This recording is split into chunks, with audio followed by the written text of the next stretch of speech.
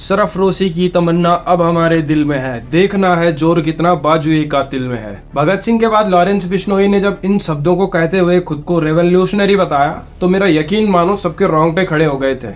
आप उस वीडियो को देख लीजिए, आपके गूज़बम्स आ जाएंगे। आसमां हम अभी से क्या बताएं, क्या हमारे दिल में है। करता नहीं क्यों दूसरा कुछ बातचीत, देखता हूँ मैं जिसे वो चुप तेरी महफिल में है। रह बरे राहे मोहब्बत रह न जाना राह में, लजते सहरान बर्दी दूर ये मंजिल में है। सरफरोशी की तमन्ना अब हमारे दिल में है, देखना है जोर कितना बाजुए कातिल में है। सरफरोशी की तमन्ना अब हमारे दिल में है। तो इस वीडियो में हम बात करेंगे कि क्यों एक साधारण सा समाज सलमान खान की जान के पीछे बस एक मृग मात्र के मरने से पड़ा हुआ है, और सलमान खान पे जो ब्लैक बक का केस लगा था उसकी क्या वास्तविकता है। इस वीडियो में जो भी इंफॉर्मेशन मैं आपको दूंगा उस सब की लिंक डिस्क्रिप्शन में है। मैं अपनी तरफ से कुछ नहीं बोलूंगा, आप वीडियो पे बने रहिएगा, आपको सब कुछ समझ आ जाएगा।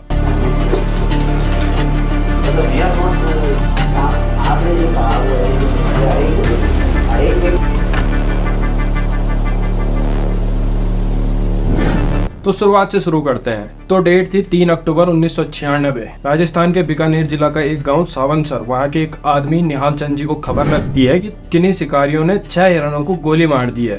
निहाल चंद जी को जैसी ये खबर लगती है तो निहाल चंद जी चले जाते हैं गांव में देखने के लिए, जंगलों में, कि क्या वहां का स्टेटस है। शिकारी भागने लगते हैं और इन पे फायर करने लगते हैं, जिसके चलते निहाल चंद जी को एक गोली लगती है और वो इंजर्ड हो जाते हैं। कुछ दिनों बाद इस इंजरी के चलते निहाल चंद जी की मृत्यु हो जाती है, और निहाल चंद जी इंडिया के वो पहले आदमी बन जाते हैं जो आर्मी में ना रहते हुए भी शौर्य चक्र को विन करते हैं। इन्हें राष्ट्रपति के द्वारा शौर्य चक्र का पुरस्कार दिया जाता है। तब से और आज तक बिश्नोई समाज में इनकी पूजा की जाती है।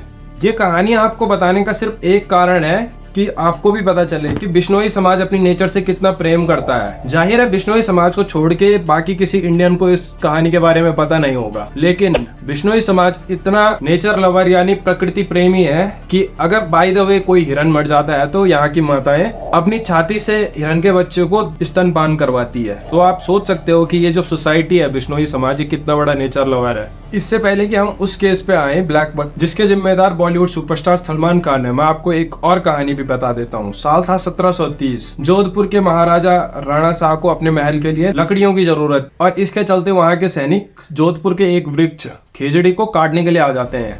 वहाँ की एक महिला अमृता देवी को इस बारे में पता चलता है और वो उस पेड़ पे चिपक जाती है। उनका कहना होता है कि मेरे मरने के बाद ही मैं आपको अलाउ करूंगी इस पेड़ को काटना। उनसे मोटिवेटेड होकर पूरा गांव इस बात को सैनिकों के सामने रखता है, लेकिन यहाँ के जो सैनिक होते हैं ये पूरे गाँव को ही मार देते हैं। ये वही कहानी है जो हमारे इतिहास के पन्नों में छपी होनी चाहिए थी, अकबर की जो कहानियां हैं उनकी जगह, लेकिन इन कहानियों का हमारी इतिहास की किताबों में कोई जिक्र नहीं है। ये वही कहानी है जिससे इंस्पिरेशन लेके उत्तराखंड में चिपको आंदोलन चलाया गया था। तो अब अपने ब्लैक बक के केस की बात करते हैं। 16 सितंबर 1998 में जब हम साथ साथ है मूवी की शूटिंग सलमान खान कर रहे थे, तो इस शूटिंग के दौरान सलमान खान पे आरोप था कि इन्होंने 2 काले हिरणों को मारा है, और इसके चलते बिश्नोई समाज ने सलमान खान के खिलाफ FIR भी दर्ज की थी। इसके चलते 12 अक्टूबर 1998 को सलमान खान को अरेस्ट कर लिया जाता है। 10 अक्टूबर 2006 को इसके बाद सलमान खान को वाइल्ड लाइफ प्रोटेक्शन एक्ट के तहत 25,000 रुपए का जुर्माना सलमान खान पे लगाया जाता है, और इसके बाद उन्हें 5 साल की सजा भी सुनाई जाती है।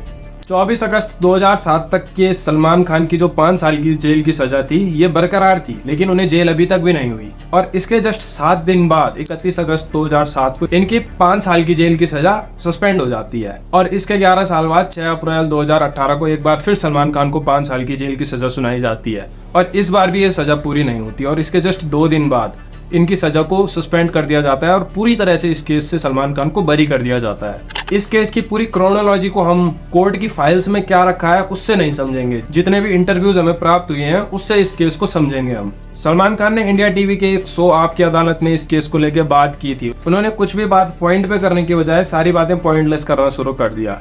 आप ये देख सकते हो, वो इंटरव्यू मैं आपको दिखाने वाला हूँ अभी। मैं सब कुछ नहीं करता हूँ, आपको ये मानना है कि मैंने किया है, तो हम इस केस को लड़ेंगे मेरिट पर कोर्ट में और जीतेंगे कोर्ट। उन्होंने ये भी कहा था कि गन्स जो मैंने मुंबई से मंगाई थी वो सारी लाइसेंस्ड थी, और उनसे अगर मैं किसी पे फायर कर दूं तो वो आदमी ऐसे उन्हें झाड़ सकता है। मेरे पास सिर्फ वहाँ पे शायद एक गन थी सर, एयर गन सर, मगर यहाँ से आपको मारो तो सर आप ऐसे झटका सकते मैंने कहा ये। तो एक सवाल ऐसे में उठता है सलमान खान पे कि मुंबई से आप गन्स भी मंगा लेते हो।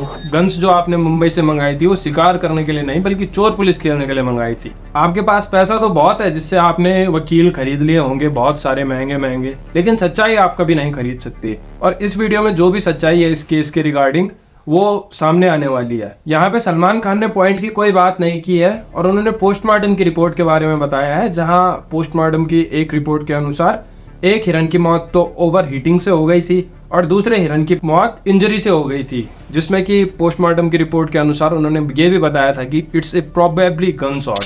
कि एक जानवर का डाइड ऑफ ओवर ईटिंग और दूसरा fell off a wall, broke his leg and eaten by a dog। तो इसमें सेकंड पोस्टमार्टम के अंदर था कि probably a gunshot। लेकिन ये अब आप बताइए कि कितने ऐसे चांसेस हैं कि एक साथ दो हिरन मर जाएं, वो भी अलग अलग चीजों से, और वो भी एक ही जगह एक ही दिन। एक हिरन की मौत ओवर एजिंग से हो रही है और दूसरे हिरन की मौत एक्सीडेंट से हो रही है, एक ही दिन हो रही है और एक ही साथ हो रही है। इसके बाद इनके फादर सलीम खान का इंटरव्यू भी लिया गया और उन्होंने कहा कि सलमान खान ने मुझसे ये कहा है कि मेरा बेटा तो जानवर प्रेमी है और वो उस टाइम पे था ही नहीं वहाँ जिस टाइम पे ये हादसा हुआ था। तो इसमें सलमान खान का कोई हाथ नहीं था उनके फादर के अनुसार। तो मैंने सलमान से पूछा, मैंने कहा कि किसने किया कुछ है, तो कहने मैं तो खा भी नहीं और वो मुझसे झूठ नहीं मिलेगा। हाँ, उसका नहीं है ये शौक जानवर मारने का, ये जानवर से मोहब्बत करता है। उन्होंने ये भी कहा था कि नॉन वेजिटेरियन खाना खाने वाले सलमान खान के मन में जानवरों के प्रति काफी प्रेम है। वही सलमान खान डॉग से प्यार तो कर लेंगे लेकिन मटन बिरयानी पूरे शौक से खाएंगे। इस केस में एक पर्टिकुलर प्रूफ तब मिलता है जब सलमान खान की एक्स गर्लफ्रेंड एबीपी न्यूज में अपना इंटरव्यू देती है, जिससे हमें पता चलता है कि सलमान खान ने हंटिंग की तो है लेकिन उन्हें नहीं पता था कि वो काला हिरन जो होता है वो बिश्नोई समाज के लिए पूजनीय माना जाता है। ये सलमान को ये 1998 में नहीं पता था कि जो उन्होंने हंटिंग की थी वो इन लोगों का भगवान है और वो इनकी पूजा करते हैं। और ये बात मुझे इसलिए पता है क्योंकि जब सलमान वापस आए थे जोधपुर से तो उन्होंने मुझे ये बताया था और मैं उस समय उनके साथ की रिलेशनशिप में। मतलब सलमान खान को नहीं पता था कि उसकी क्या सजा हो सकती है। मतलब मुझे नहीं पता है कि किसी मर्डर की क्या सजा होनी थी तो मैं मर्डर कर सकता हूँ। मतलब मुझे नहीं पता कि किसी देशद्रोही को क्या सजा मिलती है तो मैं देशद्रोह कर लूंगा। मुझे नहीं पता कि किसी को गाली देने की क्या सजा मिलती है तो मैं उसे गाली दे दूंगा। इस तरीके के शब्द एक्ट्रेस सोमी अली कहती है। एबीपी न्यूज की एंकर मिस चित्रा त्रिपाठी जब सोमी अली का इंटरव्यू ले रही थी तो जहाँ पे उन्हें ये जस्टिफिकेशन लेनी चाहिए थी कि सलमान खान हंटिंग पे गए थे, तो उस जस्टिफिकेशन को लेने की जगह मिस चित्रा त्रिपाठी सोमी अली से ये पूछती है कि आपकी रिलेशनशिप को कितना शामिल हुआ था और कब आपकी रिलेशनशिप स्टार्ट हुई थी और आपका ब्रेकअप क्यों हुआ। कितने सालों तक सलमान खान के साथ आपका रिश्ता था, क्यों टूटा। मतलब हम एक ऐसे मीडिया सिस्टम की न्यूज देख रहे हैं जो दावा तो हर खबर को एक ग्राउंड लेवल की रियलिटी के अनुसार दिखाने की कोशिश करता है, लेकिन नेशनल टेलीविजन पे ही किसी की पर्सनल लाइफ को एक्सपोज करते हैं। तो दोस्तों इस वीडियो में बस इतना ही, लेकिन इस बात का एक कमेंट मैं आपकी तरफ से चाहता हूँ कि सलमान खान हंटिंग पे भी गए थे, उनके पास गन्स भी थी, उनकी जीप में खून भी पड़ा हुआ दिखा था, लेकिन उनका दावा था कि उन्होंने हंटिंग नहीं किया और उनकी वजह से उन दो हिरणों की मौत नहीं हुई। कोई आम आदमी होता तो उसका अभी तक 5 साल की सजा भी हो जाती, उस पे वो जुर्माना भी लग जाता जिसे देने के लिए उसे कई साल लग जाते। लेकिन उस टाइम पे हमारा करप्ट सिस्टम ऐसा था कि बड़े लोग थे, पैसा बहुत था, जिस वजह से उनको ना ही कोई सजा दी गई और ना ही उनका कोई जुर्माना एक्सेप्ट किया गया। मैं मानता हूँ लॉरेंस बिश्नोई एक क्रिमिनल है, लेकिन सलमान खान को सजा मिलनी चाहिए थी या इस केस को पब्लिक किया जाना चाहिए था। सलमान खान की पर्सनल लाइफ में उन्होंने हंटिंग पे गए थे, लेकिन केस के अनुसार वो हंटिंग पे नहीं गए। सलमान खान की एक्स एक्ट्रेस सोमी अली के अनुसार वो हंटिंग पे गए थे, उन्हें ये नहीं पता था कि हिरन जो उन्होंने मारे हैं वो बिश्नोई समाज के लिए पूजनीय है। यही वो पर्टिकुलर वर्ड्स है जो इस इंटरव्यू में कहे गए हैं। आपकी इसके बारे में क्या राय है हमें कमेंट करके जरूर बताइए। Thank you so much.